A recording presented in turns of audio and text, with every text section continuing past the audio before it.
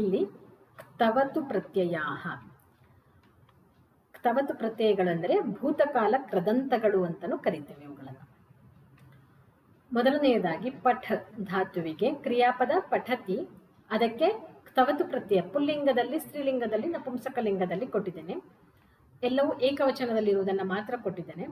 ಪಠಿತವಾನ್, ಪಠಿತವತಿ, ಪಠಿತವತ್. ಲಿಖ್ ಧಾತುವಿಗೆ ಲಿಖಿತವಾನ್, ಲಿಖಿತವತಿ, ಲಿಖಿತವತ್. ಖಾದ್ ಧಾತುವಿಗೆ ಖಾದಿತವಾನ್, ಖಾದಿತವತಿ, ಖಾದಿತವತ್. ಹಾಗೆ ವದ್ ಧಾತು, ವದ್ ಧಾತುವನ್ನು ತೆಗೆದುಕೊಂಡ್ರೆ ಅಲ್ಲಿ ಉದಿತವಾನ್, ಉದಿತವತಿ, ಉದಿತವತ್ ಅಂತ ಆಗ್ತದೆ. ವದ್ ಅಂದ್ರೆ ವದತಿ ಅನ್ನುವ ಅರ್ಥದಲ್ಲಿ, ಹೇಳು ಎನ್ನುವ ಅರ್ಥದಲ್ಲಿ. ಅದೇ ಅರ್ಥವನ್ನು ಕೊಡುವಂತಹ ಇನ್ನೆರಡು ಧಾತುಗಳಿವೆ, ವಚ್ ಹಾಗೆ ಬ್ರೂ. ಅದರ ಕ್ರಿಯಾಪದ ವಚತಿ ಹಾಗೆ ಬ್ರವೀತಿ ಅಂತ ಆಗ್ತದೆ. ಅದನ್ನು ನಾವು ಕ್ತವತು ಪ್ರತ್ಯಯಕ್ಕೆ ಕನ್ವರ್ಟ್ ಮಾಡಿದಾಗ ಉಕ್ತವಾನ್, ಉಕ್ತವತಿ, ಉಕ್ತವತ್. ನಾವು ಹೆಚ್ಚಿನ ಕಡೆಯಲ್ಲಿ ಉದಿತವಾನನ್ನ ಜಾಸ್ತಿ ನೋಡಲ್ಲ, ಈ ಉಕ್ತವಾನ್ ಅದೇ ಜಾಸ್ತಿ ಕಂಡು ಬರ್ತದೆ. ಆದ್ದರಿಂದ ಈ ಮೂರು ರೂಪವನ್ನ ಕೊಟ್ಟಿದ್ದೇನೆ.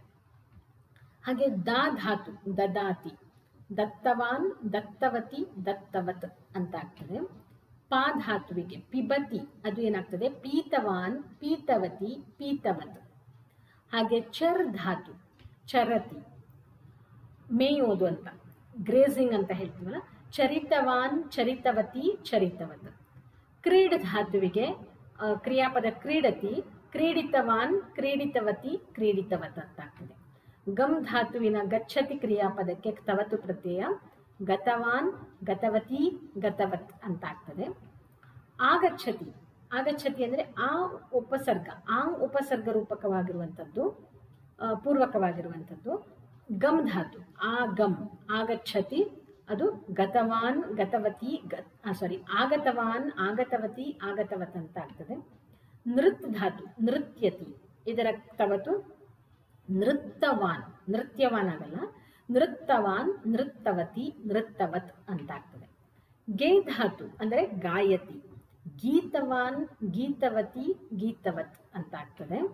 ಕೆಲವೊಂದರದ್ದು ಸ್ವಲ್ಪ ಚೇಂಜ್ ಆಗ್ತದೆ, ಕೆಲವೊಂದು ಹಾಗೆ ಎರಡನೇ ಅಕ್ಷರ ಇಕಾರಕ್ಕೆ ಕನ್ವರ್ಟ್ ಆಗಿ ಬರ್ತದೆ. ಹಾಗೆ ಚಲ್ ಧಾತು ಚಲತಿ, ಚಲಿತವಾನ್, ಚಲಿತವತಿ, ಚಲಿತವತ್. ಪತ್ ಧಾತು ಪತತಿ, ಪತಿತವಾನ್, ಪತಿತವತಿ, ಪತಿತವತ್. ನಮ್ ಧಾತು ನಮತಿ, ನತವಾನ್, ನತವತಿ, ನತವತ್.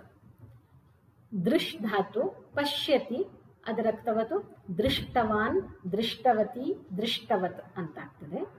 ಭ್ರಮ್ ಧಾತು ಭ್ರಮತಿ ಅಂದರೆ ರೌಂಡ್ ಹಾಕುವಂಥದ್ದು, ಭ್ರಾಂತವಾನ್, ಭ್ರಾಂತವತಿ, ಭ್ರಾಂತವತ್ ಅಂತ ರೂಪ ಆಗ್ತದೆ. ರಕ್ಷ ಧಾತು ರಕ್ಷತಿ, ಇದದು ರಕ್ಷಿತವಾನ್, ರಕ್ಷಿತವತಿ, ರಕ್ಷಿತವತ್. ಹಾಗೆ ದಾ ಧಾತು ಆಗಲೇ ಒಂದು ಬಂತು, ದದಾತಿ ಅಂತ ರೂಪ ಆಯಿತು. ಇಲ್ಲಿ ಯಚ್ಛತಿಗೂ ಅದೇ ಧಾತು ದಾ ಧಾತು, ಅದಕ್ಕೆ ಕ್ರದಂತ ಕ್ತವತು ಪ್ರತ್ಯಯ ಸೇಮ್ ಆಗ್ತದೆ, ದತ್ತವಾನ್, ದತ್ತವತಿ, ದತ್ತವತ್. ಒಂದು ಧಾತು ವಂದತೆ, ಇದು ಆತ್ಮನೇಪದಿ ರೂಪ, ಆದರೆ ಕ್ತವತು ಪ್ರತ್ಯಯದಲ್ಲಿ ಚೇಂಜ್ ಆಗಲ್ಲ, ವಂದಿತವಾನ್, ವಂದಿತವತಿ, ವಂದಿತವತ್. ಶುಭ ಧಾತುವಿನಿಂದ ಶೋಭತೆ, ಶೋಭಿಸುವಂಥದ್ದು, ಶುಭಿತವಾನ್, ಶುಭಿತವತಿ, ಶುಭಿತವತ್. ದ್ರೈ ಅಂದರೆ ನಿದ್ರಾತಿ ಎನ್ನುವಂಥದ್ದಕ್ಕೆ ಧಾತು ದ್ರೈ ಅನ್ನುವಂಥದ್ದು. ದ್ರಾಣವಾನ್, ದ್ರಾಣವತಿ, ದ್ರಾಣವತ್ ಅಂತ ಕ್ತವತು ಪ್ರತ್ಯಯದ ರೂಪವಾಗ್ತದೆ. ಹಾಗೆ ಕೃ ಧಾತುವಿಗೆ ಕರೋತಿ ಕ್ರಿಯಾಪದ, ಅದಕ್ಕೆ ಕೃತವಾನ್, ಕೃತವತಿ, ಕೃತವತ್ ಅಂತ ಆಗ್ತದೆ. ಹಸ್ ಧಾತು ಹಸತಿ, ಹಸಿತವಾನ್, ಹಸಿತವತಿ, ಹಸಿತವತ್.